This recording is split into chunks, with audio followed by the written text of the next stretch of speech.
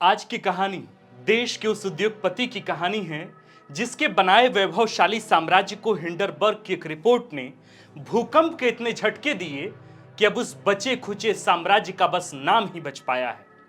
आज की कहानी प्रधानमंत्री मोदी के बेहद करीबी माने जाने वाले उस अरबपति दोस्त की कहानी है जो 26 नवंबर साल 2008 को मुंबई के ताज होटल में दनदनाती हुई गोलियों और बारूद के धुओं के बीच भगवान के रहमो करम से बच निकला और फिर दुनिया का सबसे रईस इंसान बन गया।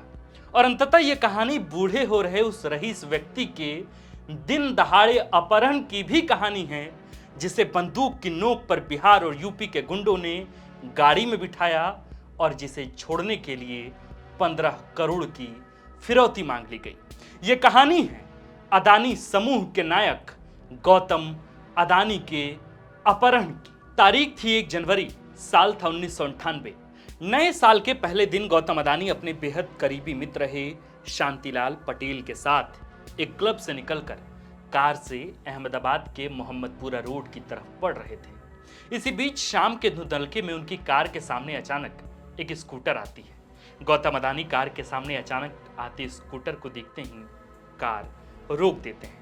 चंद सेकंड के इस दृश्य में मौके पर ठीक उसी जगह एक मारुति वैन आकर लगती है जिससे निकले 6 बंदूकधारी गुंडे गौतम अदानी के कार को चारों तरफ से घेर लेते हैं। अदानी और उनके दोस्त शांतिलाल अब बुरी तरह फंस चुके थे। कुछ समझ नहीं आ रहा था कि उनके साथ अब क्या होने वाला है। दृश्य पल पल बदलता जा रहा था।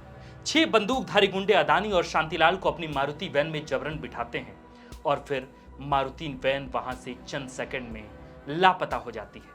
अपहरण के बाद अदानी और शांतिलाल को किसी अज्ञात जगह पर ले जाया जाता है। मामला मीडिया तक पहुंच पाता इससे पहले यह खबर आग की तरह पूरे गुजरात में फैल गई कि अदानी की किडनैपिंग हो गई है। पर तब तक पुलिस को भी यह नहीं पता कि उद्योगपति गौतम अदानी आखिर हैं कहां। हालांकि अपहरण का यह तरीका बबलू श्रीवास्तव गैंग का जाना माना तरीका था और इसलिए यह दबे जबान ही सही कहा जा रहा था कि उद्योगपति गौतम अदानी के अपहरण की योजना बबलू श्रीवास्तव की योजना है। सबसे हैरत अंगेज बात यह है कि गौतम अदानी का अपहरण गुरुवार को हुआ और वह शनिवार को खुद सुरक्षित अपने घर पहुंच गए। हालांकि उनके सुरक्षित घर वापस लौटने के बाद अहमदाबाद के सरखेज पुलिस स्टेशन में एफआईआर भी दर्ज कराई गई। पर दिलचस्प बात यह है कि गौतम अदानी को पुलिस ने छुड़ाया या फिर वे खुद भाग निकले या फिर उनकी रिहाई के लिए 5 करोड़ की रकम वसूली गई। इन सारे सवालों के जवाब इस घटना के 25 साल बाद भी आज किसी के पास नहीं। उत्तर प्रदेश कैडर के आईपीएस और यूपी एसटीएफ के संस्थापकों में से एक राजेश पांडे ने तब बतलाया था कि गौतम अदानी को बचाने के लिए अपहरणकर्ताओं को 5 करोड़ की फिरौती दी गई थी। उन्होंने यह जानकारी दी थी कि फिरौती की रकम दुबई में इरफान गोगा को दी गई थी। इरफान गोगा अपहरण की फिरौती वसूलने के लिए बबलू श्रीवास्तव के गैंग का एक अहम हिस्सा था। अब इस सवाल पर भी आते हैं कि अपहरण कर गौतम अदानी को आखिरकार कहां रखा गया। जानकारी के मुताबिक गौतम अदानी को अहमदाबाद में ही एक फ्लैट में रखा गया था। एक सच यह भी है कि गौतम अदानी इस अपहरण से इतने घबरा गए थे कि वे इस मामले में कभी कोर्ट में गवाही देने के लिए भी नहीं पहुंचे। यही वजह रही कि इस अपहरण के सभी अभियुक्तों को साक्ष्य के अभाव में बरी कर दिया गया। अब आपको इस अपहरण का बिहार कनेक्शन बताते हैं। गौतम अदानी का अपहरण 1 जनवरी 1998 को हुआ था। इसके बाद अदानी अपहरण मामले में साल 2009 में चार्जशीट दाखिल की गई थी। इसमें पूर्व गैंगस्टर फजलू और भोगीलाल दर्जी उर्फ मामा को मुख्य अभियुक्त बनाया गया था। फजलू मूल रूप से बिहार का रहने वाला था। उसे साल 2006 में नेपाल बॉर्डर से गिरफ्तार किया गया था, जबकि भोगीलाल दर्जी उर्फ मामा को किडनैपिंग के 14 साल बाद यानी साल 2012 में दुबई से गिरफ्तार कर भारत लाया गया था। पर सवाल यह है कि अपहरणकर्ताओं की गिरफ्तारी के बाद भी आखिर उन्हें बरी क्यों कर दिया गया।